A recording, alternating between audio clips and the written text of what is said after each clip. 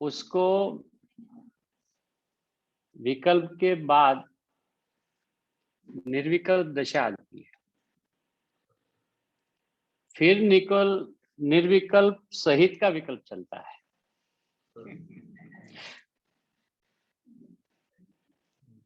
ये अंतर है। हाँ, क्योंकि जब तक स्वरूप का स्वानुभव नहीं होता है तो स्वरूप संबंधी के भी यदि विकल्प चले, मैं एक हूँ, मैं शुद्ध हूँ, मैं ज्ञायक हूँ, मैं जानने वाला हूँ, है ना, इत्यादि इत्यादि, उस विकल्प का अंत नहीं आता है।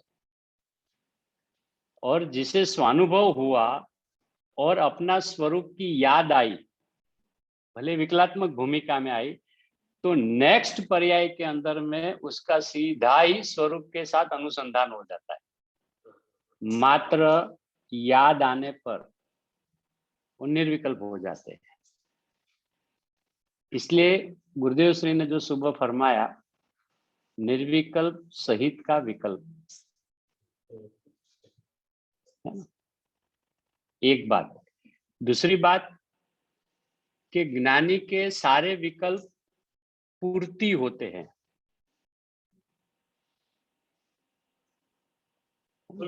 फुलफिल होते हैं।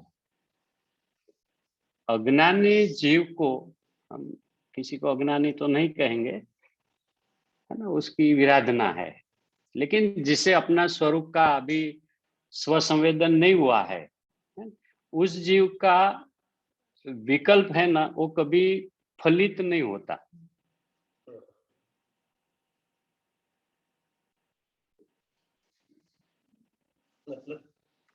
मतलब फुलफिल नहीं होता है।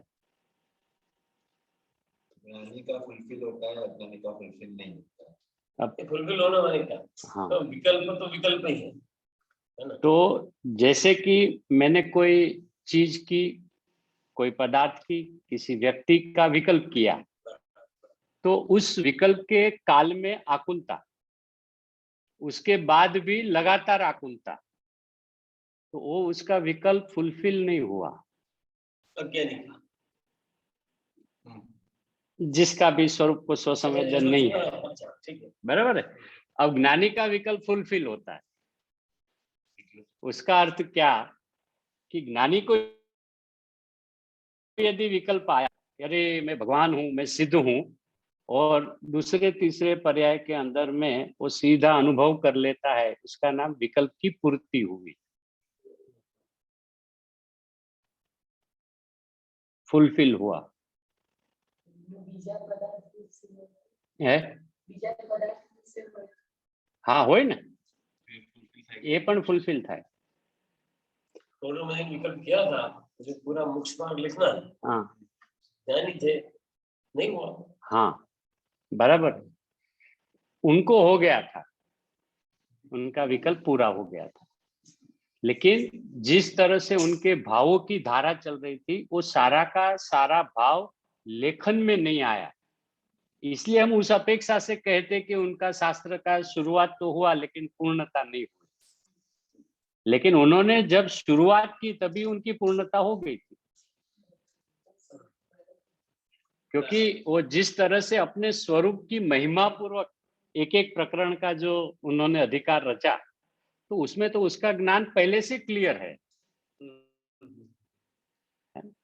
ये तो आज हमें ऐसा लगता है कि नौवा अधिकार इनकम्प्लीट रह गया या शास्त्र पूरा नहीं हुआ, तो वो तो लेखन की अपेक्षा से है ना। और ज्ञानी किसी भी चीज के लिए इतने आकुल व्याकुल नहीं होते हैं।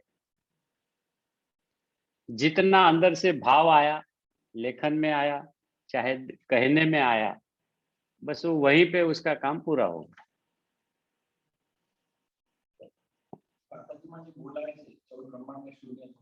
हाँ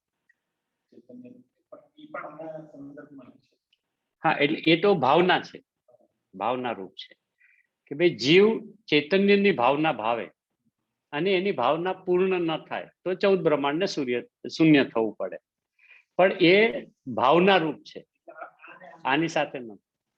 અહીંયા प्रश्न क्या है कि ज्ञानी का विकल्प की पूर्ति और अज्ञान अवस्था वाले जीव को विकल्प की पूर्ति होती या नहीं, है ना। तो अज्ञान जीव को क्यों पूर्ति नहीं होते कि उसके विकल्प के बाद विकल्प चलता है। ज्ञानी को विकल्प के बाद निर्विकल्प दशा आ जाती है, ये अंतर है। तो विकल्प में क्या विकल्प चल रहा था, मैं एक हूं, शुद्ध हूं, भगवान हूं, जानने देखने वाला हूं, तो ऐसा ही 2, 5, 10 पर्याय के पश्चात वो सीधा ऐसा अनुभव कर लेते हैं।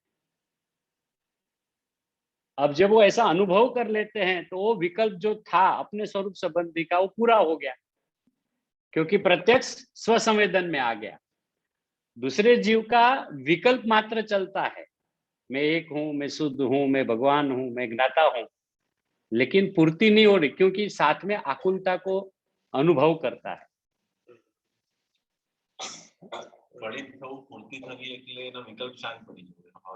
विकल्प की उत्पत्ति न होना, उसका नाम विकल्प की फुलफिल होगा।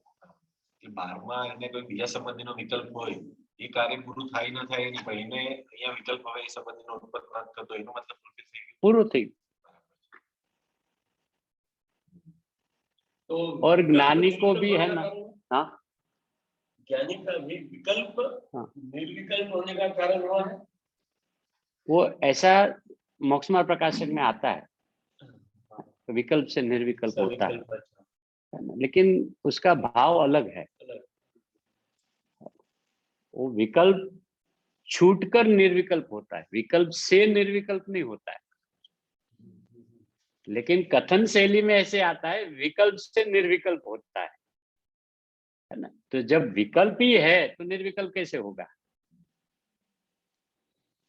तो विकल्प का टूट जाना और निर्विकल्प दशा का उस समय परिणमन हो जाना, तो वो भावी भूत निगम में से ऐसा कहा जाता है कि मुझे ऐसा विकल्प चल रहा था अनुभव के पहले, वो ऐसा ही मुझे अनुभव हुआ तो मेरा विकल्प शांत हो गया। बराबर है। तो कहने में तो ऐसा आएगा ना कि मेरी विकल्प की पूर्ति होगी, मैं तो विकल्प से निर्विकल्प हो गया, लेकिन विकल्प का अभाव होता है, विकल्प से नहीं होता है।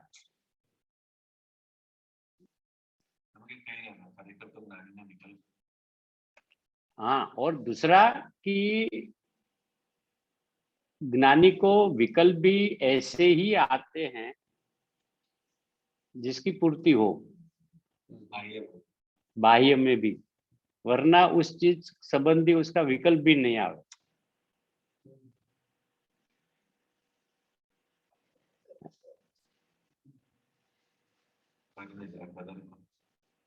ज्ञानी को विकल्प भी बाह्य के भी ऐसे आते हैं जिसकी पूर्ति होने वाली हो, वरना उसको ऐसे विकल्प भी नहीं आवे। भरत चक्रवर्ती के बारे में नहीं हुआ है, बाहुबली में बात नहीं है। भरत चक्रवर्ती ज्ञानी थे, हाँ, उन्होंने छठ खंड का राजा होना चाहते थे, बाहुबली को अपने अधीन करना चाहते थे, हाँ, लेकिन नहीं हुआ। बाद में बाहुबली के कारण उनको जैसा विकल्प, बाहुबली फिर वो दीक्षा दिया। कुछ कथन शैली प्रथमानुयोग की ऐसी है, अच्छा, हाँ, अच्छा, ओके, है ना, कि जो लोग जैसे समझते हैं उस एंगल से उसका प्रतिपादन होता है। दोनों भाई ज्ञानी थे, दोनों भाई उसी समय तद्भव मोक्षगामी थे, बराबर, बराबर है। तो हम जैसे समझ रहे हैं ऐसे उनको विकल्प नहीं होता है। अच्छा, जिसको ये पता है कि मैं इसी भव में मोक्ष में जाने वाला हूँ, वो क्या राज के लिए पीछे पड़ेगा। जो अपने स्वराज में जाना चाहता है, अपने चैतन्य चक्रवर्ती पना जिसे अभी प्राप्त होने वाला है पूर्ण दशा का, वो ऐसी चीज में, लेकिन वो जो दशा पूर्ण नहीं हुई है ना, तो बताए क्या, किस कारण से उसको इतना समय लगा, तो बताएंगे क्या, उनको बहुत विकल्प चल रहे थे, है ना। मैं भाई की भूमि पर खड़ा हूं, अब उसे ये मालूम है कि भाई की कोई भूमि नहीं होती है, भूमि तो भूमि की होती है, नहीं पता है। आज हमें थोड़ा सा स्वाध्याय होने के बाद हम ये सब समझने लगे हैं, वो तो दोनों अनुभवी ज्ञानी पुरुष और उसी भव में मोक्ष जाने वाले, उसको तो ये चीज की पता है। लेकिन वो परिणाम की स्थिति बतानी हो कि ऐसी क्या घटना घटित हुई, क्यों उनको इतना समय लगा। तो अभी एक बात सिद्धांतिक यदि देखे तो हर समय का जो परिणमन है वो सुनिश्चित है, बराबर है। हर समय का परिणमन है वो क्रमबद्ध है, और जिसे ऐसा क्रमबद्ध बैठता है वो निराकुल हो जाते।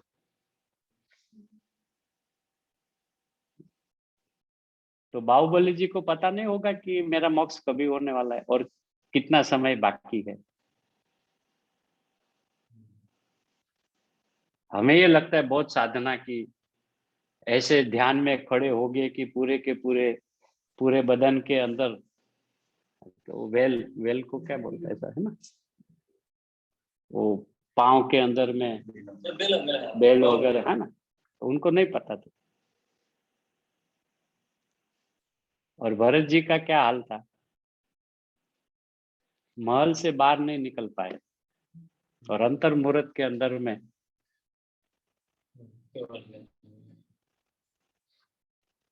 इसलिए हमारे लिए आदर्श तो भरत जी है, हमारे लिए, मतलब हम सबके लिए, हमारे लिए है। बाहुबली जी है, बराबर है, पुरुषार्थ की कमजोरी है ना, इसलिए लंबा खड़ा रहना पड़ा। और भरत जी घर में वैरागी, अपने है ना, कहाँ से नहीं बाहर आ पाए, कि अपने महल से बाहर नहीं आ पाए, है ना, वहीं का वहीं, छठवा सातवां फाट फाट श्रेणी मान के अंतर मुहूर्त में तो फैसला हो गया। सहजता से होता है। नहीं मतलब वो पुरुषार्थ से होता है। सहजता का वो अर्थ नहीं है कि उसने कुछ किया ही नहीं और सहज में हो गया, ऐसा सहज का अर्थ नहीं। सहजता को स्वीकारना ही पुरुषार्थ है। मतलब वो पुरुषार्थ जो चला उसी का नाम सहज है।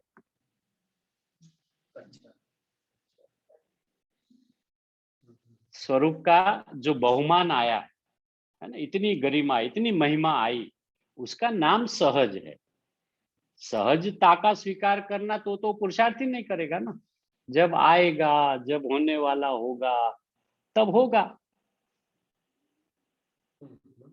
तो वो तो सहजता का वो अर्थ नहीं है जिनागम में, कि जिसमें अपना पुरुषार्थ ही फाट फाट जो होना चाहिए उसकी जगह पे दब जावे। क्योंकि सहजता में क्या होता है, जब होना होगा तब होगा, हम तो सहजता से सब बात को स्वीकार करते हैं, ऐसा। सहज साध्य है, हाँ, पुरुषार्थ साध्य नहीं। वो विवेक से अलग है, वो अलग है। वो जो कोई ऐसा समझता है उसको उस तरह से समझाया। कोई अगर ऐसा कहे कि मैं पुरुषार्थ से अभी का अभी मोक्ष कर लूं, लेकिन वो जो पुरुषार्थ के साथ में पांचों समवाय साथ में होते है ना, एक की मुख्यता से भले हम कहे लेकिन पांचों के पांच साथ में होते हैं, है ना। तो वहां पे राजमल जी साहब को जो समझाना था, तो वो पुरुषार्थ को गौण किया नहीं उन्होंने, पुरुषार्थ को ही प्रधान रखकर उसका प्रतिपादन किया है। सहज साध्य यानी अपने स्वभाव का ऐसा बहुमान, उसका नाम सहज साध्य। लेकिन वो महिमा बहुमान आना, उसी का नाम तो पुरुषार्थ है। अपने स्वरूप के प्रति लगाव होना, है ना, अपने स्वरूप का आशिक हो जाना, अपने स्वरूप का प्रेम आ जाना, उसी का नाम तो पुरुषार्थ है। और पुरुषार्थ जो है वो आनंद की दशा है। पुरुषार्थ जो है वो आनंद की दशा है। पुरुषार्थ कोई करने वाली चीज नहीं है। जिसमें बहुत आनंद आए उसका नाम पुरुषार्थ है। आनंद लाने के लिए पुरुषार्थ करना मजूरी है ना,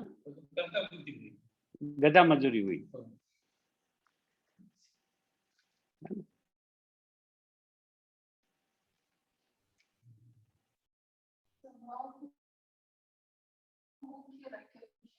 है स्वभाव को मुख्य रखे, मतलब उसमें क्या होता है फिर, ये मुख्य गुण भी कुछ भूमिका तक ही होता है समझाने के लिए, फिर उसे मुख्य गुण भी खटकता है, क्योंकि मैं सर्वांगी हूं, मैं मुख्य गुण नहीं हूं। जहां हाँ, क्योंकि जहां यदि मैं मुख्य कुछ चीज को करता हूं तो मेरे साथ, मेरे ज्ञान में कोई दूसरी चीज उसी समय गौण मुझे दिखती है कि ये चीज को मैंने गौण किया और मैंने अपने आप को मुख्य किया, लेकिन उसमें काम नहीं होता है। मैं सर्वांगी हूं, सर्वस्व में ही हूं, जिसमें मुख्य गुण की कोई जगह ही नहीं हो। हाँ, दो को रखना पड़ेगा ना, कि भाई हम राग को गौण करेंगे और अपना वितराग स्वभाव को मुख्य करेंगे, तो वितराग स्वभाव को मुख्य करने जाएगा तो साथ में राग को गौण करने के लिए राग को रखना तो पड़ेगा ना, तो फिर जीवंत रह गया।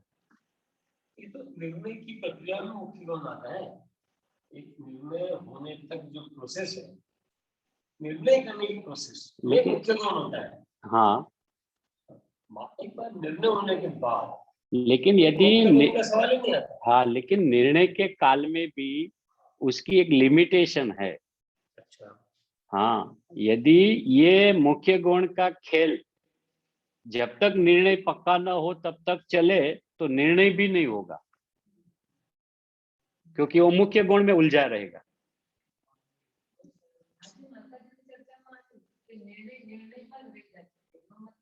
हाँ, निर्णय कार्य रूप न था, तो ऐसा है ना, निर्णय कार्य रूप न, निर्णय तो हो गया कि मैं भगवान हूँ, मैं नायक हूँ, ऐसा है। फिर बोलता है जो निर्णय किया मैंने उसका फल आना चाहिए ना, परिणमन आना चाहिए, उसको नाम कार्य कहते हैं। कि मैंने निर्णय किया कि मैं नायक, तो उसी समय उसका मैं नायक हूं ऐसा अतीन्द्रिय आनंद रूप कार्य आना चाहिए, उसका नाम निर्णय हुआ। नहीं तो क्या बात बताई बार बार, बुद्धि में तो आ गया, बुद्धि में तो बैठ गया, मैं नायक हूं, मैं जानने वाला हूं, लेकिन उसका कार्य नहीं हुआ। तो निर्णय का अर्थ ही इतना है कि जिसमें आनंद की दशा साथ में हो तो निर्णय। हाँ, तो वो बार बार वही पूछ रहे थे पुरुषार्थ कैसे करे, कि स्वरूप की महिमा करो। अरे हम पुरुषार्थ पूछ रहे, हमारा प्रश्न क्या था, पुरुषार्थ क्या करे, तो जवाब क्या आया, अपना स्वरूप की महिमा करो। अरे महिमा बाद में करेंगे, पहले पुरुषार्थ तो करें। हाँ, है वही पुरुषार्थ है, और उस पुरुषार्थ में कोई मुख्य गुण नहीं है ना। अभी सीता जी को पूछे कि राम आपके लिए मुख्य है कि गौण।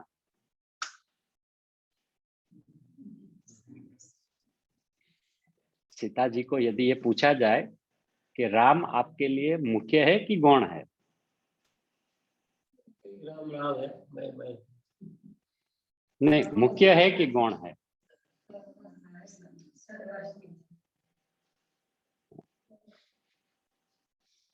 तो सीता जी क्या जवाब देंगे?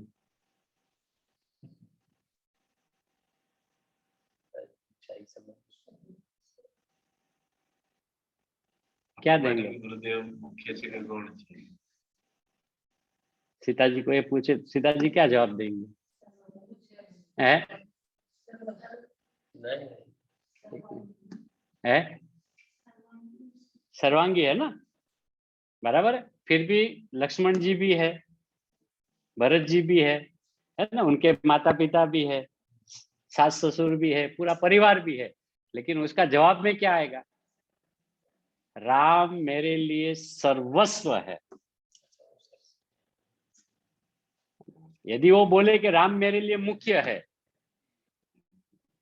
तो मतलब गौण में दूसरा कोई है।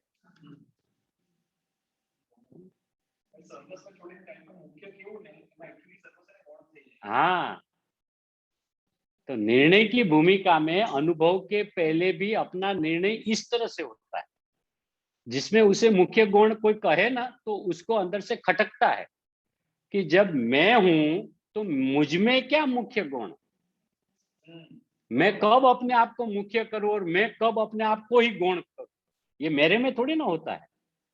मैं तो मेरे लिए सर्वांगी हूं, उस जोर में परिणमन हो जाता है।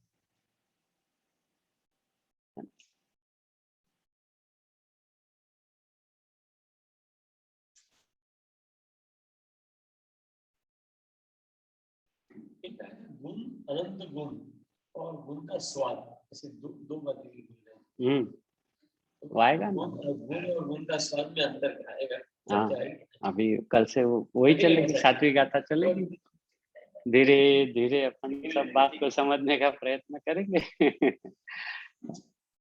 આજે ભાઈએ પ્રશ્ન પૂછ્યો કે જ્ઞાની અને જે જ્ઞાની નથી એના વિકલ્પમાં કઈ રીતે ફરક હોય, એવો જ એક પંચાધ્યાયમાં બી કંઈક વાત છે કે જ્ઞાની ને જે નથી એ લોકોનો પ્રતિભાસત્વ છે, કંઈક પ્રતિભાસ્પદ છે, એ રીતનું એક વાત છે, તમને ધ્યાન છે?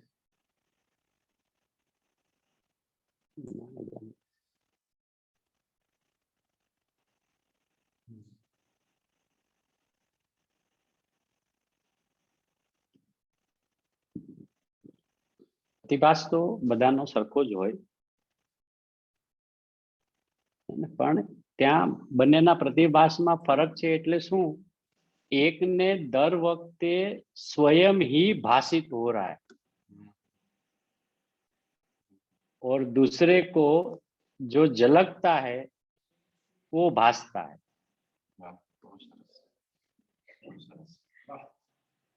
है ना? आटलो फरक है।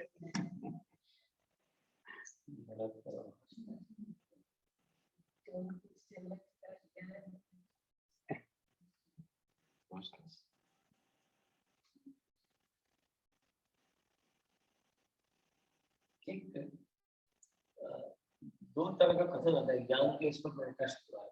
ज्ञान स्व पर प्रकाशक है ना? निश्चित है कि ज्ञान स्व को भी जानता है और ज्ञान में बाकी चीजें भी आती, लेकिन एक कदम ऐसा भी आता है गुरुदेव को पहुंचने से, ज्यादातर तो स्व प्रकाश का आता है, लेकिन कहीं कहीं आता है कि पर प्रकाशक बना भी व्यवहार है, है ना?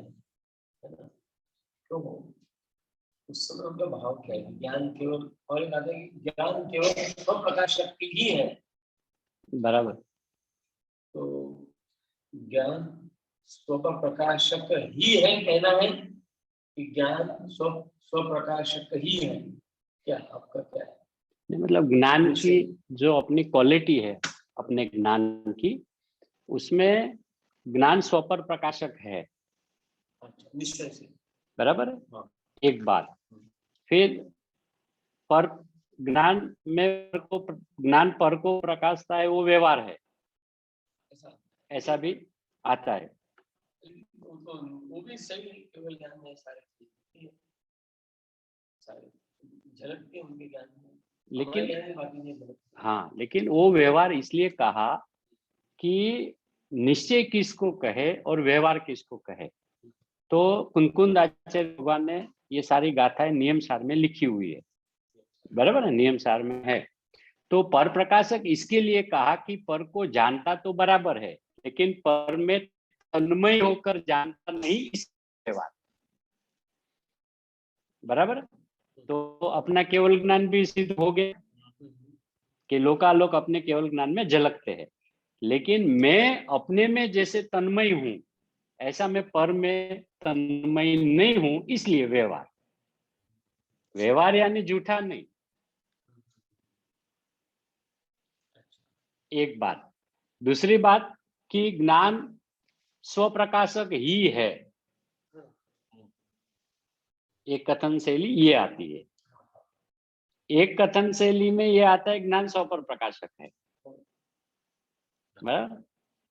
तो ज्ञान स्वपर प्रकाशक है, वो निश्चय भी है, और ज्ञान स्वपर प्रकाशक है, वो व्यवहार भी है, एक ही। और स्वपर प्रकाशक जो ज्ञान है वो स्वप्रकाशक है।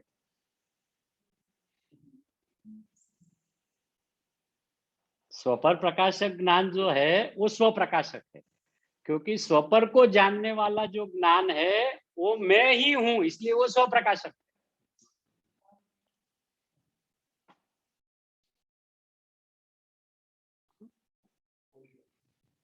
एक बात, अभी स्वपर में क्या लेना,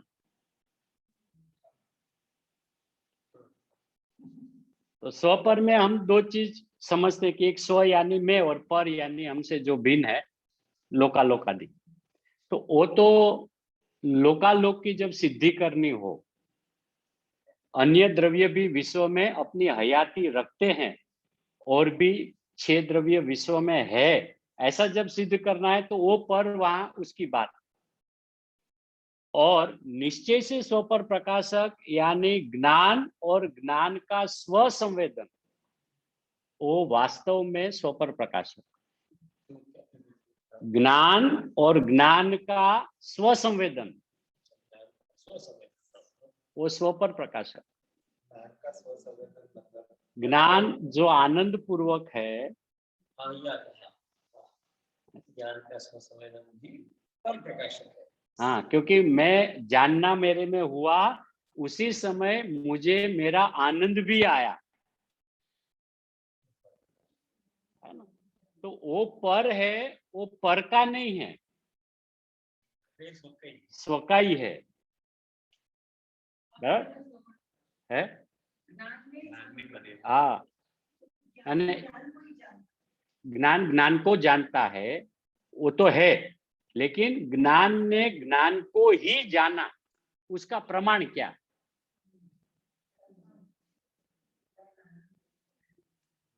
उसका प्रूफ क्या? आज हम सभी लोग जिनवाणी का अभ्यास करके बोलते भी ज्ञान वास्तव में पर को नहीं जानता, ज्ञान तो ज्ञान को जानता है। बराबर है कि बात आपकी सही है, लेकिन मेरे ज्ञान ने ज्ञान को ही जाना, उसका आधार क्या है, उसका मेरे पास प्रमाण क्या है? मुझे अगर उस समय निराकुलता और आनंद आया तो ये समझना है कि ज्ञान ने ज्ञान को जाना। तो ज्ञान तो हुआ ही, लेकिन ज्ञान के साथ जो आनंद हुआ उसका नाम पर प्रकाश। पर यानी दूसरे का नहीं, दूसरा। एक पर का अर्थ है दूसरे का, और एक अंदर में पर का अर्थ है दूसरा, दूसरे का नहीं।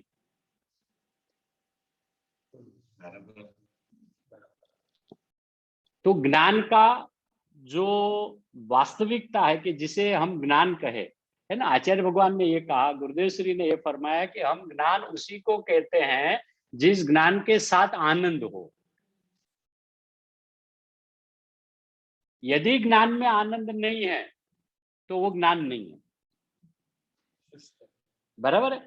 अभी 11 अंग के पाठी को अज्ञानी क्यों कहा जिनागम में? बराबर है। तो क्या चीज रह गई कि जानना तो उसे बहुत हो गया, 11 अंग तक जान लिया, लेकिन जानने का जो वास्तविकता थी, ज्ञान उसी को कहे कि जानने के समय जानने का आनंद, जिसको जान रहा है उसका आनंद नहीं, जो जान रहा है वो ही आनंद की मूर्ति हूं, ऐसा आनंद के सहित जानना होवे, फिर वो ज्ञान भले अल्प हो तो भी मोक्ष का कारण है। और वो ज्ञान 11 अंक का हो लेकिन स्वसंवेदन नहीं है।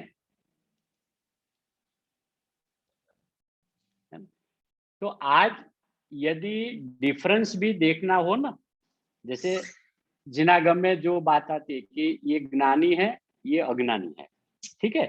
तो अज्ञानी भी जो चीज वैसे देखा जाए तो जैसी है वैसा जानता है। अभी ये यहाँ पे घड़ी है तो अज्ञान अवस्था वाला भी उसको घड़ी ही कहेगा, और ज्ञानी को भी पूछो तो वो भी घड़ी कहेगा। तो साहब फिर दोनों जब घड़ी को ही जानते हैं तो आप एक को ज्ञानी कहते हो, एक को अज्ञानी क्यों कहते हो?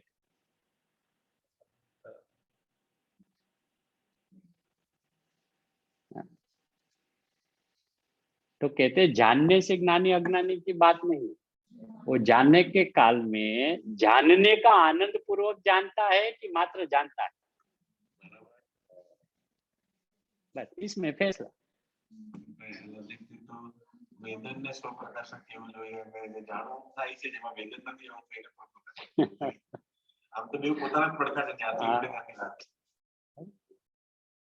હવે આ મતલબ તમે લીધો ને આગળ જરા તો ઘડિયાળને ઘડિયાળ કેવું જણા કે તો નાની અજ્ઞાની પણ આપણા રીતના કરતા હોય અજ્ઞાની સમજી જાય છે ઘડિયાળ નાની ને લાગે છે ડિજિટલ વસ્તુ કોઈ ટોય हाँ, तो भी एनो ज्ञान सम्यक है। वो ऐसा पूछ रहे कि समझो ज्ञानी है, घड़ी की जगह पे और कोई चीज है ऐसा जाना, तो फिर वो अज्ञानी है कि ज्ञानी है? ज्ञानी ही। तो वो क्यों ज्ञानी है जब तो उल्टा जाना, और उसने तो सीधा जाना। अब जिसने सीधा जाना वो अज्ञान, और जिसने घड़ी है और कुछ जाना तो वो ज्ञानी। ऐसा क्यों?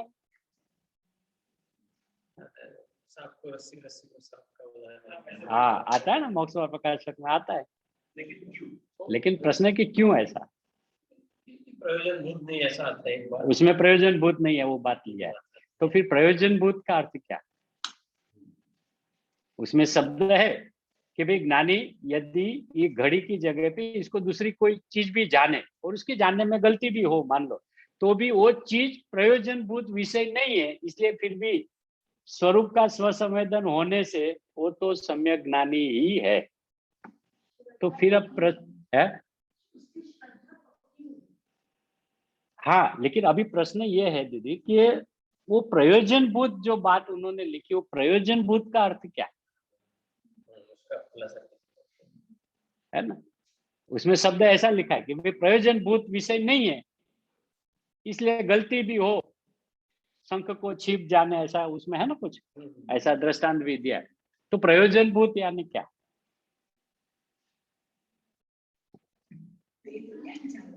है? भेदज्ञान तो चाले, पर भेदज्ञान में तो शू है कि आ वस्तु मारी नहीं है। हाँ, प्रयोजन नहीं है, लेकिन फिर भी ज्ञानी भी कुछ अवस्थाओं के अंदर में वो भी सुखी दुखी होता है ना? अगर उसका बेटा भर जवानी में क्षेत्रांतर हो जाए तो भी दुखी होता है, और फिर भी श्रद्धा में क्या है, ये मेरा बेटा नहीं है, फिर दुखी क्यों होते हो?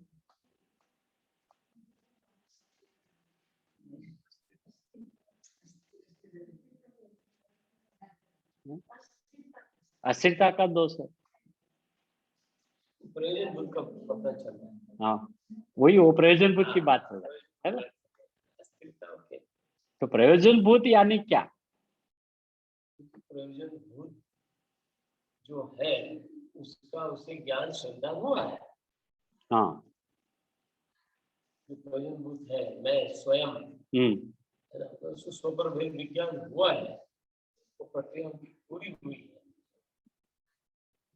प्रयोजन भूत तो मैं मुख्य स्व, तो स्व का ज्ञानी को अनुभूति हुई है स्व की, इसलिए बाहर कुछ भी कहें फर्क पड़ने वाला।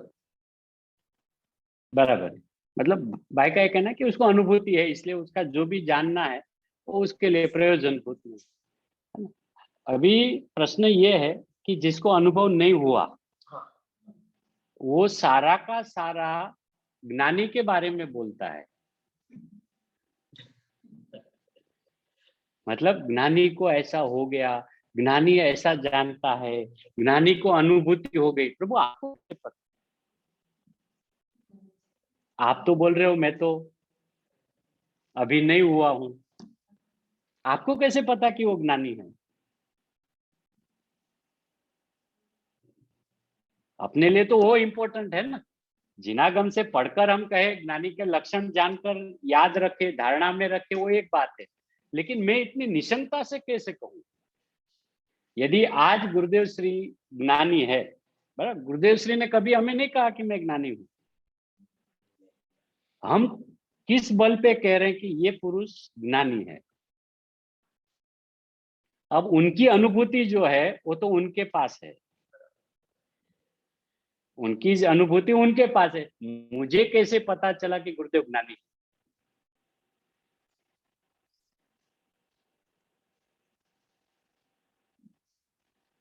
अच्छा प्रश्न। उन्होंने बताया उनके उपदेश के अनुसार हम कोशिश करें तो भी अकुलता कम होती है, तो निराकुलता का रास्ता है। तो उनका उपदेश तो अविरोध है, मतलब सच्चा उपदेश है। और उपदेश के अनुसार यदि हम मनन चिंतन भी करें तो अकुलता घटती है। तो अगर वो पूर्णता आ जाए उसमें उपदेश के अनुसार तो हमें निराकुलता होगी। ऐसा उपदेश वो देते हैं, इसलिए वो भी आत्मानुभवी जीव है। मतलब वो एक उपदेश आ गया, उपदेश की मुद्दे, तो वो तो एक निमित्त का कथन है, बराबर है। लेकिन उनका उपदेश ऐसा ही है, मोक्ष मार्ग को प्रकट करने वाले, पूर्ण दशा को प्राप्त कराने वाला उनका उपदेश है। वो भी मैं ही नक्की करता हूँ ना, मेरे ज्ञान से नक्की करता हूँ ना मैं, बराबर है। भले हमने जिनागम का आधार लिया हो, है ना, उनकी वाणी का आधार लिया, लेकिन नक्की उसकी वाणी नहीं कराती है, नक्की जिनागम नहीं कराता है। नक्की कौन करता है? मैं करता हूं। तो मेरे पास भी अनुभूति के अंदर झलक चलती होगी तो ही कह सकता हूं ना।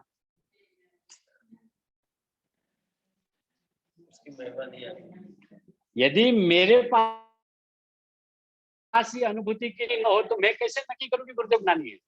मेरा ये कहने का मतलब है, बराबर है। आज लौकिक में भी कैसा है कि मान लो कि यदि हम कोई दुख की दशा से पसार हुए हो, है ना, और दूसरा कोई जीव अपने पाए और अपने दुख के बारे में बताए, तो थोड़ा सा ही सुनकर हम क्या बोल देते हैं, बस बस बस, आपने जरा सा बताया ना, हम सब समझ गए। प्रभु अभी तो मैंने कुछ कहा ही नहीं और आप मेरे दुख को जान गए। बोला हाँ।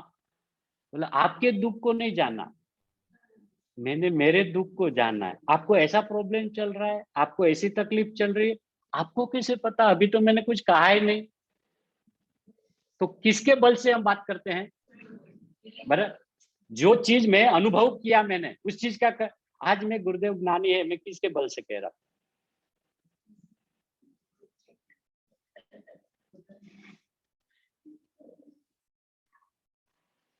नक्की तो करना पड़ेगा, है? हाँ, किसको? जोहरी का ही इम्पोर्टेंस है।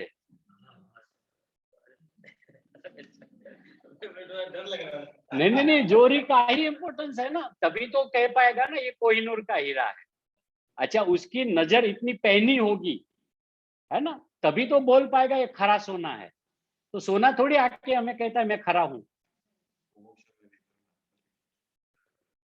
तो इसका मतलब प्रभु मुझे अनुभूति चल रही है,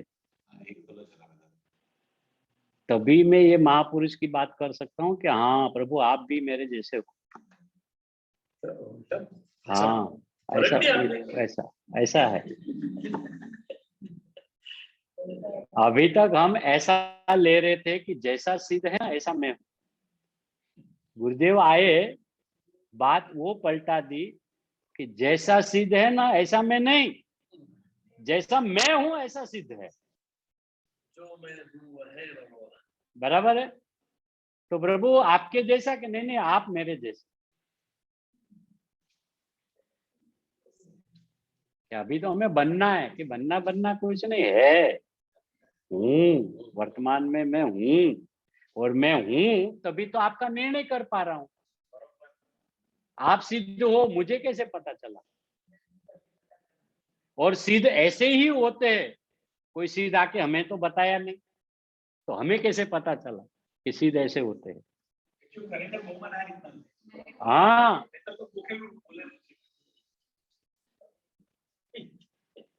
है ना, वरना हमें कैसे पता चले? पढ़ना एक बात है, धारणा ज्ञान में लेना एक बात है, लेकिन मैं नक्की कैसे करूं? कल आके हमें यदि कोई बोल देवे कि आप जैसे बोल रहे हो ना कि सिद्ध परमात्मा में राग द्वेष नहीं होता है, ऐसा कुछ नहीं है, उसको भी थोड़ा थोड़ा राग तो होता ही है। नहीं तो होता है ना, लेकिन आगे आगे आता है, जो मैं हूँ वह भगवान, अंतर यही ऊपरी जान, वे विरागी में राग वितान। बस यही गलती है। ये गलत नहीं है, राग वितान हूँ नहीं हूं ना, यही तो उनकी विराधना है। नहीं, वो तो मेरी विराधना है, पक्का है, लेकिन है नहीं ना, वो है, वही तो विराधना है, नहीं है ना। ज्ञान की प्रतिपल उठे तरंग, झांकता उसमें आत्मराम, अरे आबाल सभी गोपाल, सुलभ सबको चिन्मय विराम, किंतु पर सत्ता में प्रतिपल। हाँ, और किंतु नहीं लेना। अच्छा, क्यों नहीं लेना? है ना, अच्छा, क्योंकि किंतु तो हम पहले ले चुके हैं। आज हम यहाँ सब बैठे हैं तो ये तो नक्की करके आए ना, मैं रागी हूँ, मैं संसारी हूँ। जब इनके पास आया तो बोला, किसने कहा तुमको कि तुम रागी हो?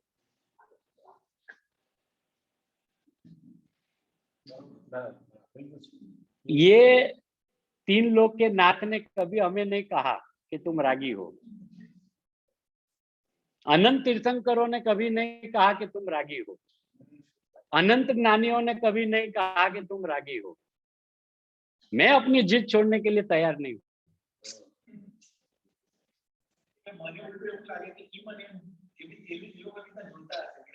हाँ, अरे बोला, आप तो ज्ञान और आनंद वाले, हम आपको देखते हैं, हमने तो कभी किसी जीव को रागी देखा ही नहीं। राग क्या होता है? बोला, हमें नहीं पता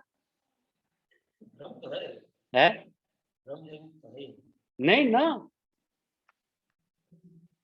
नहीं है, यही तो नक्की करने के लिए हम यहाँ आए ना गजपंथा में, वरना घर में क्या बुरे थे? घर में तो ये अभिप्राय अपना है ही ना, मैं भ्रमित हूँ, रागी हूँ, संसारी हूँ, बाल बच्चे वाला हूँ, ये तो सब है ही ना घर पे, फिर यहाँ क्यों आया? और ये गजपंथा है ना, वो घूमने का स्थान है।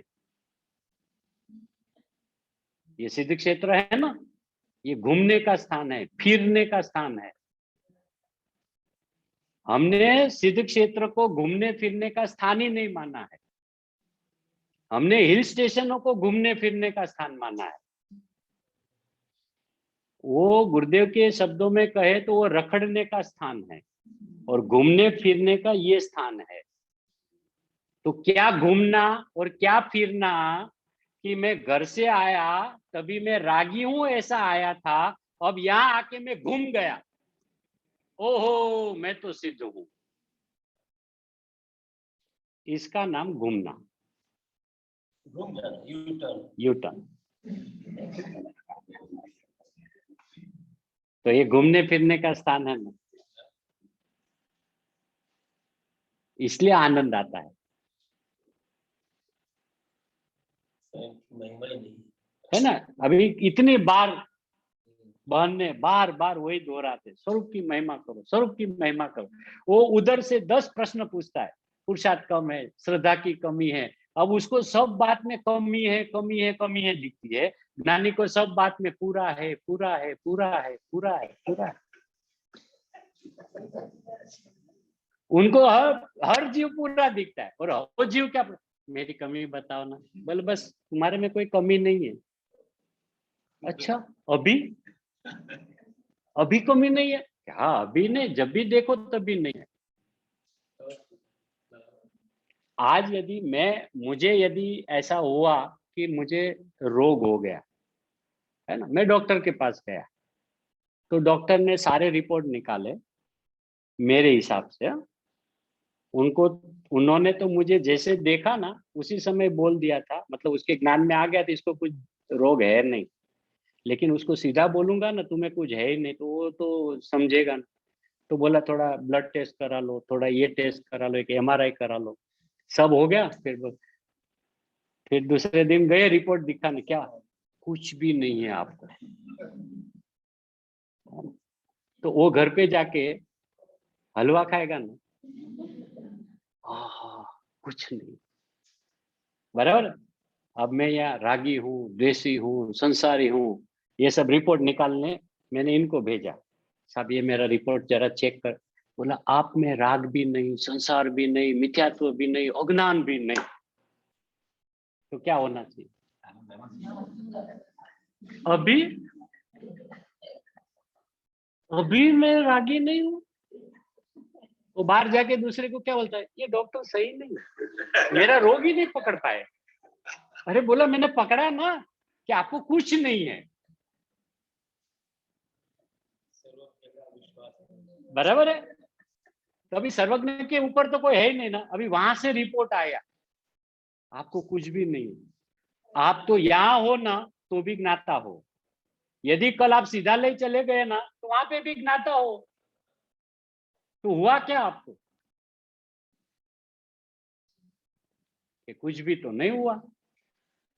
तो साहब इतना संसार, बोला भूल जा, रात गई बात गई।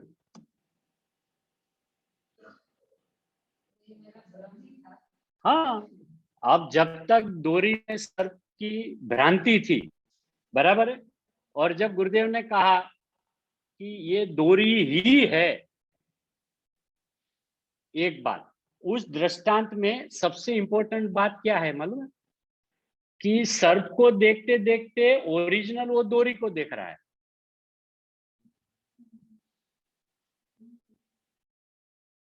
ओरिजिनल किसको देख रहा है? वो डोरी को ही देख रहा है ना। और डोरी को क्या देख रहा है? ये सर्प है। ये यदि वो वास्तव में सर्प ही होता तो भ्रांति होती।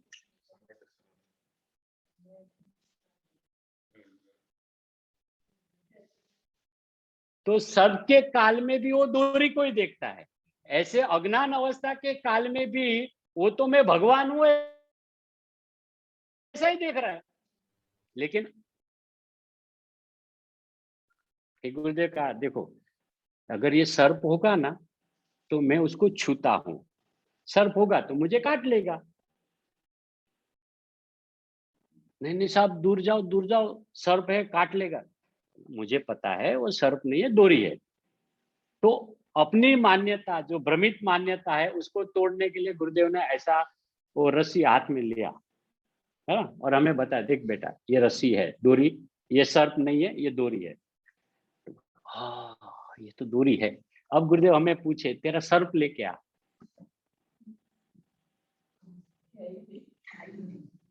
तो हम क्या जवाब देंगे?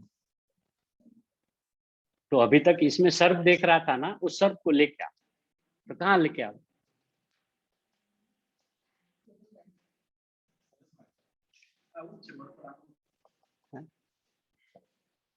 तो बोला है ही नहीं। जवाब तो आखिर में क्या आएगा?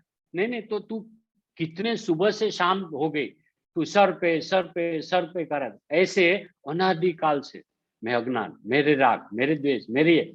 बोला लेके आ, तेरे राग द्वेष को लेके आ, कहाँ है बता। तो फिर हम क्या कहेंगे? है ही नहीं। कि क्या था? कि ज्ञान।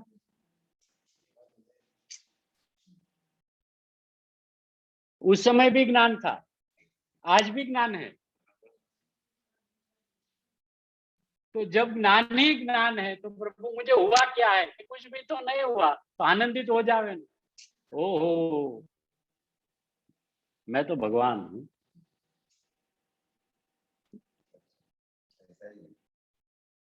ये सिर्फ अपना हट है ना छोड़ने के लिए राजी नहीं है, वो किसी न किसी बहाने, चार गति में घूमते तो है ना, 84 लाख योनि तो है ना, अभी तो हम ये अवस्था में तो है ना, अभी तो ये सब संसार लेकर बैठे तो है ना। अरे संसार किसको कहे? मेरा संसार मेरे अंदर रहे कि मेरे से बाहर हो? लाइट जली, मतलब बात में कुछ दम है। अब अंदर है कि बाहर है देखने के लिए लाइट चलाया ना, मतलब ज्ञान जागृत हुआ ना, क्या है ये अंदर होता है कि बाहर होता है? ज्ञान का प्रकाश हुआ। यदि गुरुदेव ने एक प्रवचन में ऐसा प्रभु शुरू में फरमाया कि तुम्हें तो अभी संसार किसको कहे उसका भी ठिकाना नहीं है, तू संसार का अभाव कैसे करेगा? तो बोला क्या करे, ये जो परिवार, ये बिजनेस और हम जिस समुदाय में रहते हैं मुमुक्षुओं के साथ, यही तो हमारा संसार है। तो बोला इधर आ, यदि ये तेरे सब संसार है तो ये तो अभी छूट जाने वाला है, तो तेरा तो मोक्ष हो जाएगा ना।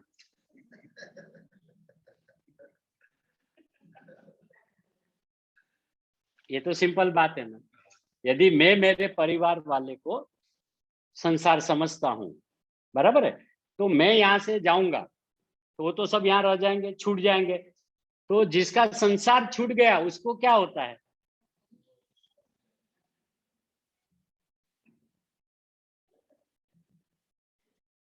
संसार है नहीं, मोक्ष हुआ नहीं। तो मतलब ये संसार नहीं नहीं है। जीव है, अपना अस्तित्व रखने वाला, अपनी योग्यता से साथ में रहे है, वो अपनी जगह पे है, लेकिन वो मेरा संसार नहीं है।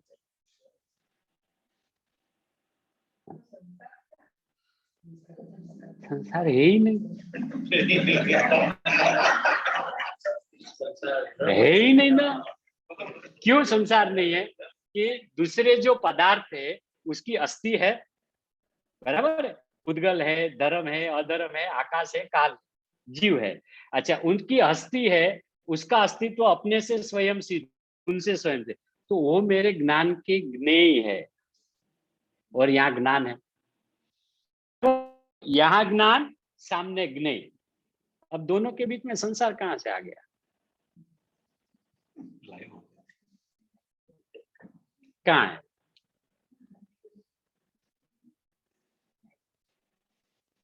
अपने ज्ञान में निर्मलता है, स्वच्छता है, तो लोकालोक अपने ज्ञान में झलकते हैं, बराबर है। लेकिन जो झलकता है वो तो मेरे ज्ञान का पर नहीं है, और मैं नायक हूं, जानने वाला हूं, बस इतना है।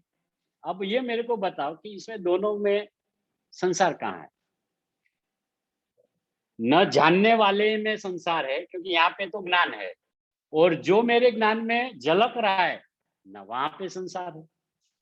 ये है क्या संसार है? नहीं है ना। मोक्ष भी कहाँ है? वो तो जिसको मैं संसारी हूं ऐसा लगता है उसको मोक्ष की बात कर रहे हैं। नहीं तो मैं तो मोक्ष स्वरूपी हूँ। मोक्ष का अर्थ है मुक्त स्वरूपी, और कुछ नहीं, किसी से छूटना नहीं है, मैं तो स्वभाव से मुक्त हूँ। बराबर, कृपाणु देव में, श्रीमद जी में ये कथन आता है કે દિગંબરના અમુક આચાર્યોએ એમ સ્વીકાર્યું છે કે જીવનો મોક્ષ થતો નથી, જીવને મોક્ષ સમજાય છે। मतलब जीव का मोक्ष नहीं होता है, जीव को मात्र ये समझ में आता है कि मैं तो अनादि से मोक्ष स्वरूपी हूं, बस। तो जब मोक्ष ही नहीं होता है तो मुझे मोक्ष नहीं करना है ना। और मोक्ष होता है नियम से संसार पूर्वक। तो गुरुदेव के शब्दों में कहे तो मूड में घा मारने संसार ज नहीं, तो मोक्ष ने क्या चर्चा?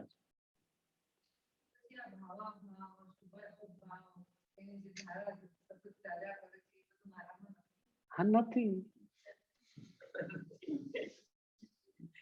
अच्छा, अभी शुभाशुभ जो है, शुभाशुभ की बात करें, हम जिन मंदिर में दर्शन करने जाते हैं, बराबर, ये भगवान है, मैं जानने वाला हूँ, बराबर। तो मैंने ये सिमंदर परमात्मा है, ये महावीर परमात्मा यहाँ है, ऐसा मैंने जाना, तो उसमें शुभ भाव कहाँ हुआ?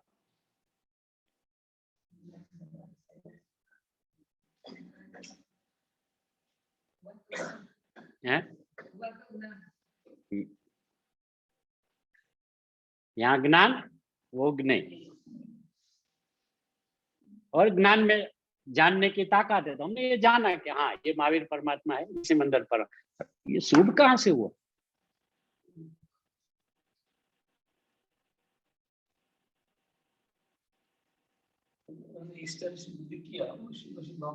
नहीं ना, किया ही नहीं कुछ।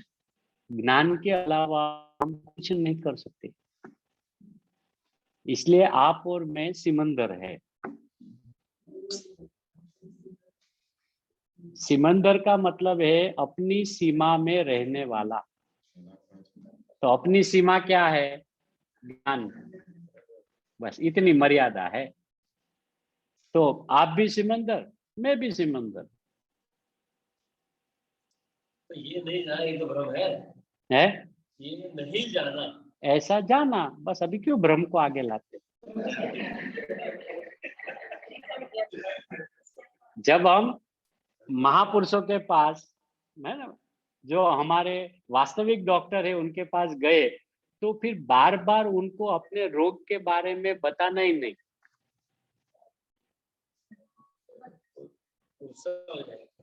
बोला जब बेटा तू यहाँ आया है तो मैं समझ गया कि तू रोगी है, अब बार बार मत पूछ साहब आपकी ये दवा लूंगा तो रोग मिटेगा कि नहीं, साहब ये दवा लूंगा तो मुझे साइड इफेक्ट तो नहीं होगी। ये जो डॉक्टर के पास हम पूछते हैं ना, वही काम हम इधर ज्ञानी के पास भी करते हैं। हाँ, वो आदत यहाँ लेके आते। तो गुरुदेव सोनगढ़ में, गुरुदेव अपने रूम में बैठते हैं ना, तो एक दवाई की पड़ी की रखते हैं, जो आता है उसको देते हैं। तो गुरुदेव के पास गए तो गुरुदेव ने पड़ी की दी। पड़ी की समझते हैं ना, वो पूड़ी है ना, पूड़ी दी और कहा कि बेटा ये सुबह उठकर एक बार ले लेना। अच्छा लगे तो दोपहर में भी ले सकता है, और ज्यादा अच्छा लगे तो रात को भी ले लेना, मतलब शाम को भी। 3 बार। फिर पूछा साहब ये साइड इफेक्ट करेगा? वो डॉक्टर की आदत है ना, गुरुदेव को पूछा। गुरुदेव ने क्या कहा कि इसकी साइड इफेक्ट होगी। कि क्या होगी? कि तेरे साइड में जो आ रहे हैं बीच में, उस पे इफेक्ट होगी। मतलब तुझे ऐसा गमन करना है ना सिद्धालय में, लेकिन यहाँ से जरा सा ऐसा हुआ फिर ऐसा ऐसा हो जाता है ना, उस पे इफेक्ट होगी। ऐसा सीधा सीधा सीधा ले जाएगा। बोले कौन सी पड़ी की है ये? मैं परमात्मा। सुबह उठकर लेना, दोपहर में लेना, शाम को लेना, और बहुत ज्यादा रुचने लगे पूरा दिन लेते रहना। साइड इफेक्ट होगी, लेकिन तेरे पे नहीं होगी। तुझे ऐसा जाने में जो साइड में आ रहे हैं उस पे होगी।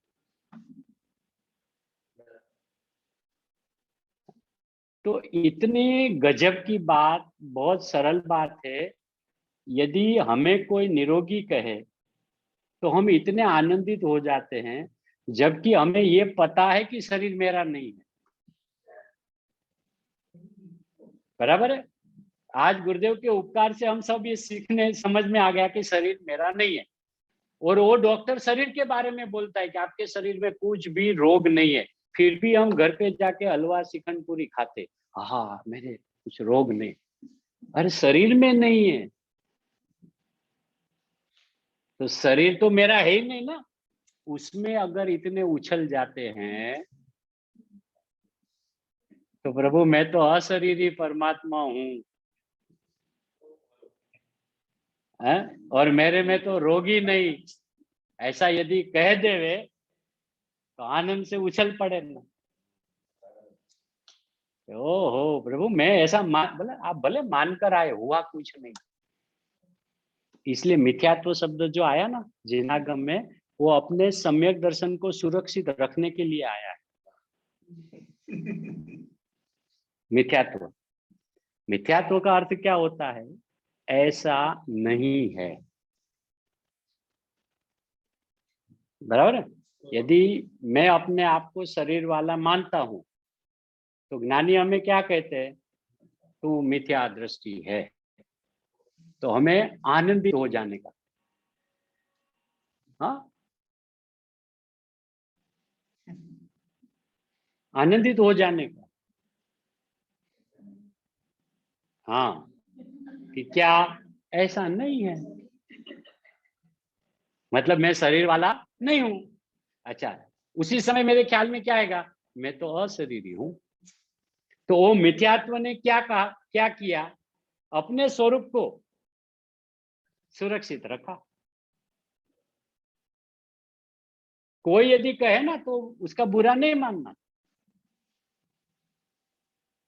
लेकिन उसमें से पॉजिटिव वाच्य निकालना कि उसका अर्थ क्या होता है।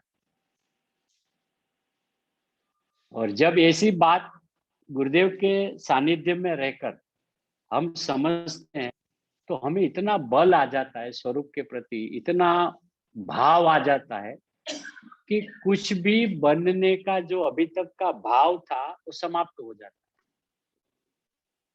कि सिद्ध बनना है कि नहीं, सम्यक दर्शन करना है कि नहीं, कुछ नहीं करना है। कि क्यों? कि मैं तो वर्तमान में परिपूर्ण हूं, कुछ नहीं करना है। इसका नाम कि आपको जो नाम देना हो दो। पुरुषार्थ कहना है तो पुरुषार्थ कहो, सम्यक दर्शन कहना है तो सम्यक दर्शन कहो, जो कहना है कहो। मैं तो वर्तमान में सिद्ध स्वरूपी हूं।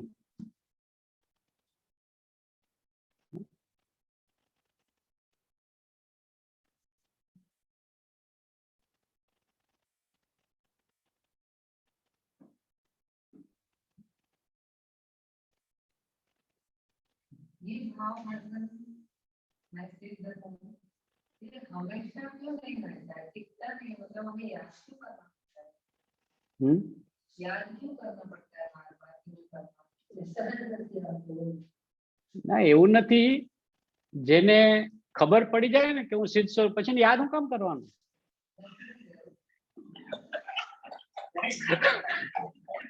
યાદ કોને કરવાનું હોય? કે જે ભૂલાઈ જતું હોય, જે બીજા હોય, હું જ છું,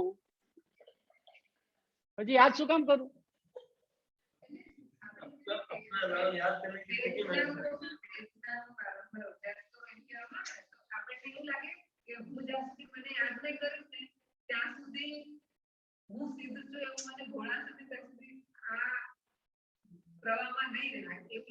બરાબર, હવે એ પ્રયત્ન બી કરી લીધો યાદ કરવાનો, તો આકુળતા છોડીને કઈ હાથમાં આવ્યું? आकुलता है। અને एक दिवस गयो आखो, अगर उस दिन पूरे दिन में यदि हमें हमारी याद नहीं आए तो हम कितने आकुल व्याकुल हो जाते हैं। अरे आज तो मेरा पूरा दिन चला गया, आज तो एक भी बार मैं नायक हूं ऐसा याद ही नहीं आया। बोला क्यों याद करना है आपको? मैं हूं ना।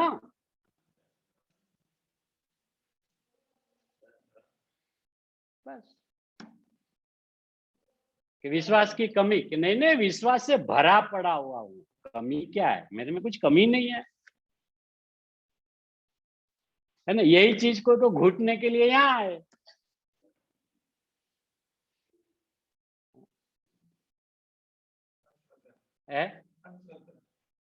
हाँ अंधश्रद्धा, अंधश्रद्धा। यदि मैं बार बार घुटू ना तो मुझे मेरे पर मेरे पे शंका है, डाउट है ना। वो आपकी बात तो सही है, द्रव्य अपेक्षा से फिर अपेक्षा लगाना चालू, बहुत शास्त्र पढ़ लिया ना तो अपेक्षा लगाना चालू करेगा, लेकिन पढ़े में तो है ना तो अपना पक्ष खड़ा कर दिया, तो अंधश्रद्धा है ना। आज यदि अपने बेटे के बारे में कोई आजू बाजू वाला एक शब्द भी 19-20 बोले तो हम सुन लेते हैं ना,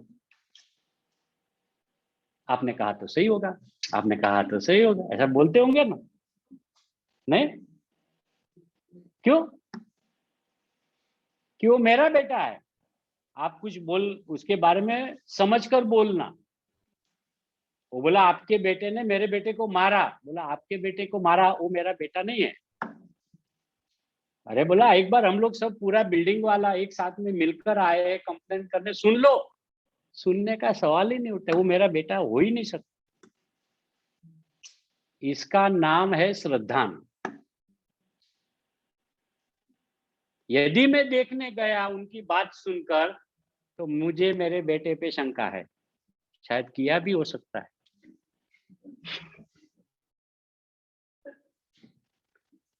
कोई यदि हमें कहे ना एक बार अपनी श्रद्धा तो करो, करना ही नहीं है मुझे मेरी श्रद्धा, क्योंकि मुझे मेरी श्रद्धा है। यदि मैं श्रद्धा करने गया तो मुझे मेरी श्रद्धा पे शंका है कि वो मेरी है कि दूसरे की है।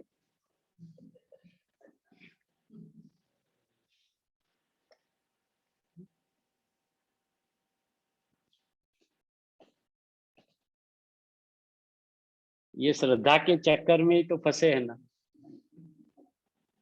है ना। श्रद्धा एक बार हो जाए, एक बार मेरी श्रद्धा हो जाए, और श्रद्धा जवाब नहीं देती। और ज्ञान है ना प्रभु, ज्ञान आकुल व्याकुलित हो जाता है, श्रद्धा को कुछ फर्क नहीं पड़ता है, क्योंकि ज्ञान ये बोल रहा है, देख रहा है ना मेरी श्रद्धा विपरीत चल रही है। मेरी श्रद्धा नहीं बोल रही है मैं विपरीत चल रही हूँ, ज्ञान जान रहा है, बराबर है। तो श्रद्धा जब उसको जवाब नहीं देती है ना, तो ज्ञान आकुल व्याकुल, मेरी बात सुनती नहीं। तो श्रद्धा बोलती क्या सुनूं मैं आपकी, नहीं तू एक बार मेरी हो जा। किसको बोलता है ज्ञान? श्रद्धा को बोलता है तू एक बार मेरी हो जा। तो श्रद्धा बोला आपकी मैं होंगी नहीं, तो ज्ञान आकुल व्याकुल। फिर ज्ञान जब शांत हुआ ना, तो उसने श्रद्धा को पूछा कि मैं कहाँ तुझे ज्यादा कुछ कह रहा हूँ, इतना तो कह रहा हूँ कि तू मेरी हो जा, तू मेरी क्यों नहीं हो रही है? बोला आपकी तो मैं होगी ही नहीं। कि क्यों? कि मैं आपकी ही हूं। आपकी तो मैं तब हूं ना जब मैं दूसरे की हो। तो प्रभु मैं तो प्रथम से ही आपकी हूं, आप क्यों मुझे ये सब ताने मार रहे हो कि मेरी हो जा, मेरी हो जा, मेरी हो जा? मैं तो आपकी हूं। हाँ, फिर ज्ञान आनंदित हो गया, ओहो मेरी श्रद्धा तो मेरी ही है, मेरी श्रद्धा तो...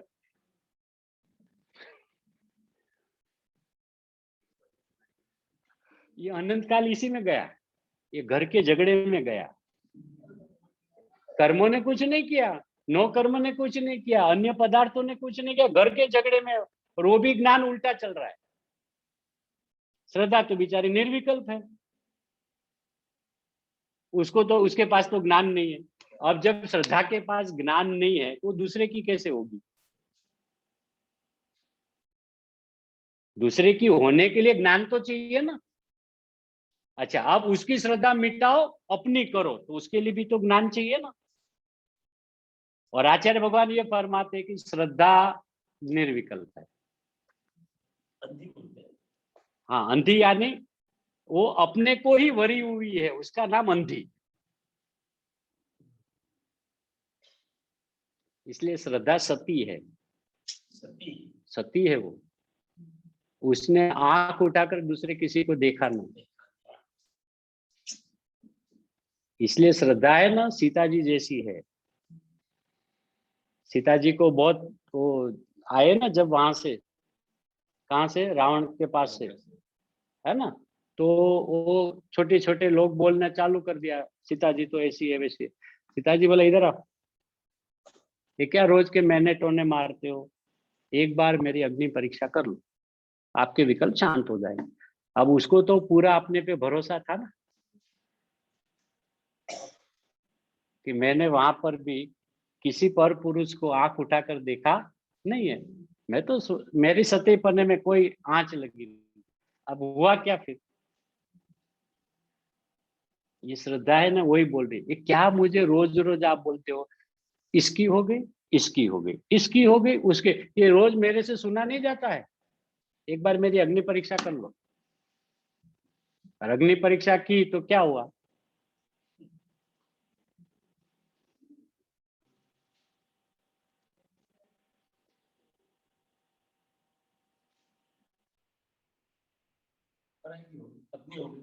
अपनी हो ही नहीं सकते ना, क्योंकि मेरी है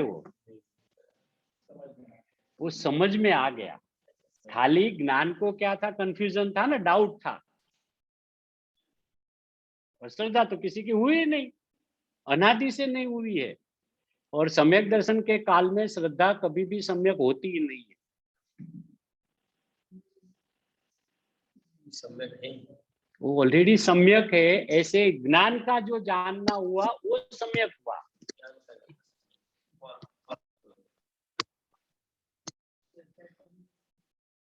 श्रद्धा बोलते मैं तो पहले से आपकी हूं।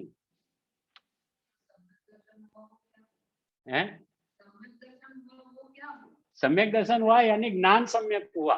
जो ज्ञान श्रद्धा के संबंध में विपरीत जान रहा था कि ये श्रद्धा अभी उसकी है, उस ज्ञान को ये पता चल गया ये उसकी नहीं है, ये तो सिर्फ और सिर्फ मेरी है। तो युगपद होता है, इसका मैकेनिज्म क्या है? प्रकाश दीपक है छलाला में आता है।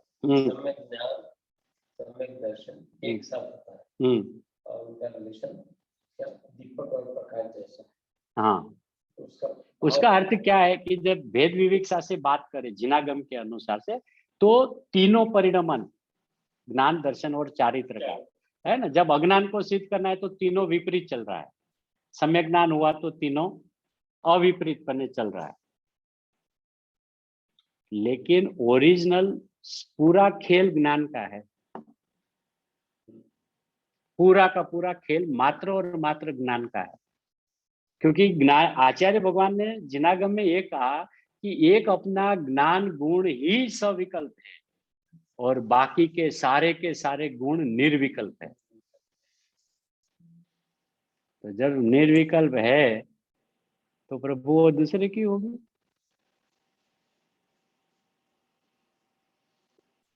हमने कभी गहराई से अपने आप में अंदर में झांक कर देखा नहीं, है ना। कथन शैलियों में उलझ गए, इसलिए हम अपनी श्रद्धा पे ही शंका करने लगे, है ना। और शंका कौन करता है? जिसके कान कच्चे हो।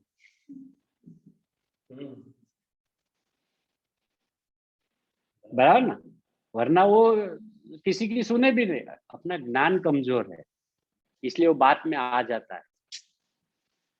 बार बार पढ़ता है ना, तो रागी है, तो संसारी है, वो बात में आ गया।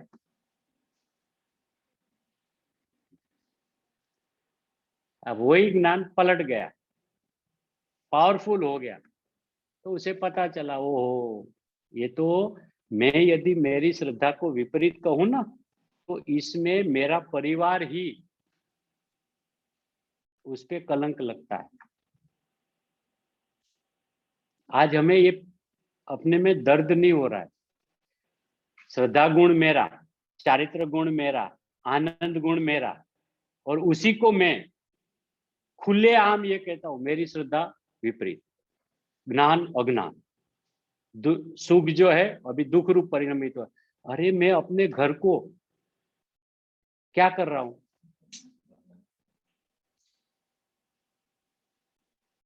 क्यों? मेरी श्रद्धा कैसे विपरीत हो सकती है? बस इतनी समझ कर ले। सम्यक दर्शन का अर्थ है सच्चा दर्शन। तो सच्चे दर्शन में क्या दर्शन हुआ कि श्रद्धा कभी विपरीत हुई नहीं। बस उसी का नाम सम्यक दर्शन। तो ज्ञान आनंदित हो गया। उसको तो खाली प्रॉब्लम क्या था, श्रद्धा संकित होवे तो मेरा नाम भी सम्यक में आवे। अब वो ज्ञान इसलिए आनंदित हुआ, ओहो श्रद्धा तो कभी विपरीत हुई नहीं थी, बस ज्ञान आनंदित हो गया।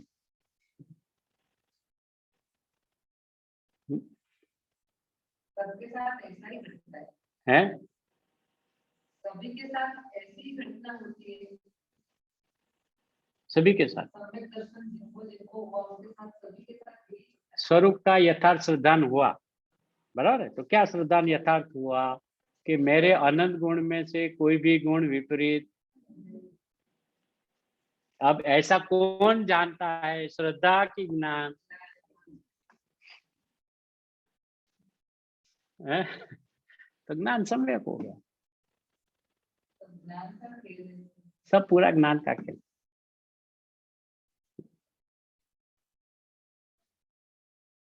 આવું છે એટલે સમ્યક દર્શન તો હસતા હસતા થાય। અને हाँ, અને केवल ज्ञान लेवा माटे, केवल ज्ञान लेने के लिए जो जीव खड़ा हुआ है ना, उसको सम्यक दर्शन तो वैसे भी फ्री है, वो पैकेज में है। बड़ा घर लो ना तो छोटा कॉइन फ्री में आता है। स्कीमें चलती है ना बिल्डिंगों में, 3 फ्लैट का वो 3 बेडरूम का फ्लैट लो तो एक गोल्ड कॉइन फ्री। बोला आप क्या लेना चाहते हो? हम तो केवल ज्ञान लेंगे, तो सम्यक दर्शन फ्री है। ज्ञान की महिमा है। सर्वत्र केवल ज्ञान लेवा માટે જ કરવી। हाँ, गुरुदेव ने क्या कहा, पूर्णता के लक्ष्य से शुरुआत वही वास्तविक शुरुआत।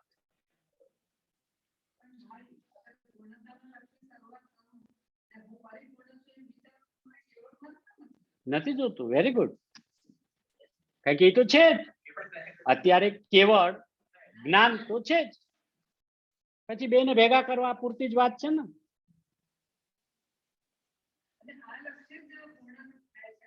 हाँ, પૂર્ણતા થાય છે। તો મારી શરૂઆત પણ આમ જુઓ તો શેનાથી થઈ, હું તો વર્તમાનમાં પૂર્ણ છું, એવું મને શું થયું, જ્ઞાન થયું। એ શું થયું, કેવળ જ્ઞાન, કેવળ જ્ઞાન। પછી આખો દી કેવળ જ્ઞાન કરતા કરતા આમ થઈ ગયું કે હવે કેવળ જ્ઞાન।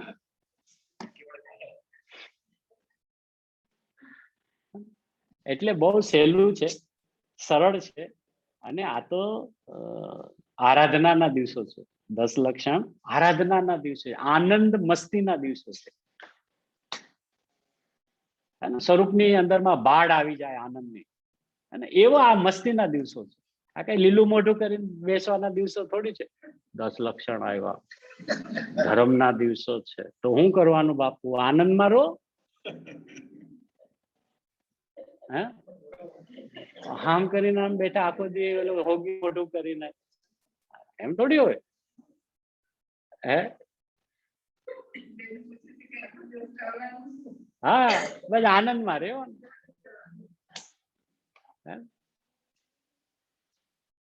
કેમ કે આનંદ આપણો સ્વરૂપ છે, આપણો સ્વભાવ છે।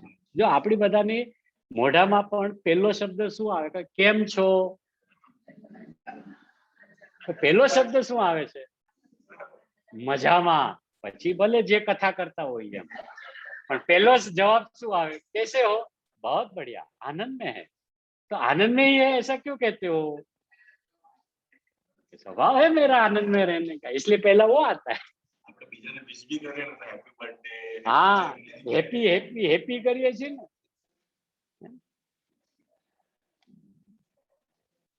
આવું છે, આવું અદ્ભુત સ્વરૂપ જિનેન્દ્ર પરમાત્માના કેવળ જ્ઞાનની અંદરમાં નિરંતર વર્તે છે। એ જ કેવળ જ્ઞાનની ધારાને પૂજ્ય ગુરુદેવ શ્રી આપણને જે રીતે આપણા ચૈતન્ય સ્વરૂપને બતાવે છે, એવો હું પરિપૂર્ણ પરમાત્મા છું, એ જ આપણા સૌ કોઈના જ્ઞાન શ્રદ્ધાનમાં અહોરાત્ર રહો, એ જ મંગલમય ભાવ।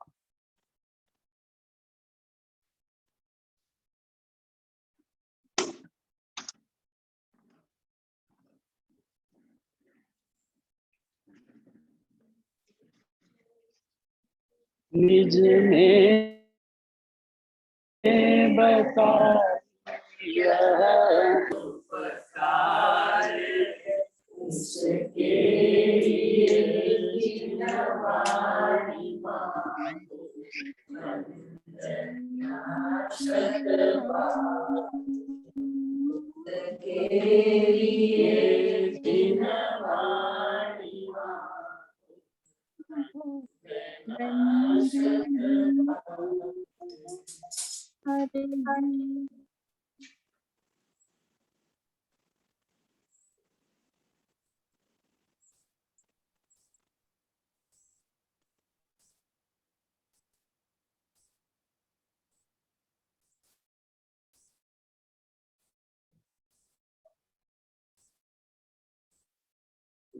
ભક્તિ એટલે જો બોલતું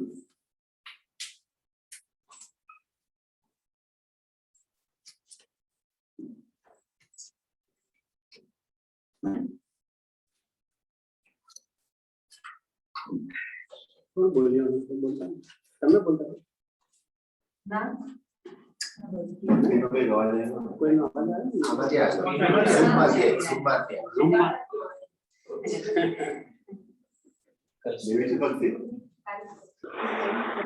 અગ્રભાગે બિરાજમાન ઋષભદેવ આદિ મહાવીર પર્યંત અનંત ભગવંતોનો આ મહાવીર બિરાજમાન સિમંદર આદિ 20 વીરમાં નરેન્દ્ર ભગવંતોનો પ્રવચન સાર આદિ જીનવાણી માતનો જીનવાણીના રચયિતા કલિકાલ સર્વજ્ઞ શ્રી કુંકુંદાચાર્ય આદિ અનંત આચાર્ય ભગવંતોનો रहस्य बतावनार आत्म उद्धारक अनंत अनंत उपकारी अनंत तीर्थंकरोति अधिकरस्ता नायक एवं कहान पूज्य भगवती मातनो गजपंता तीर्थ क्षेत्रनो तप सप्तादि दशक महापर्वनो सनातन विद्या दिगंबर जैन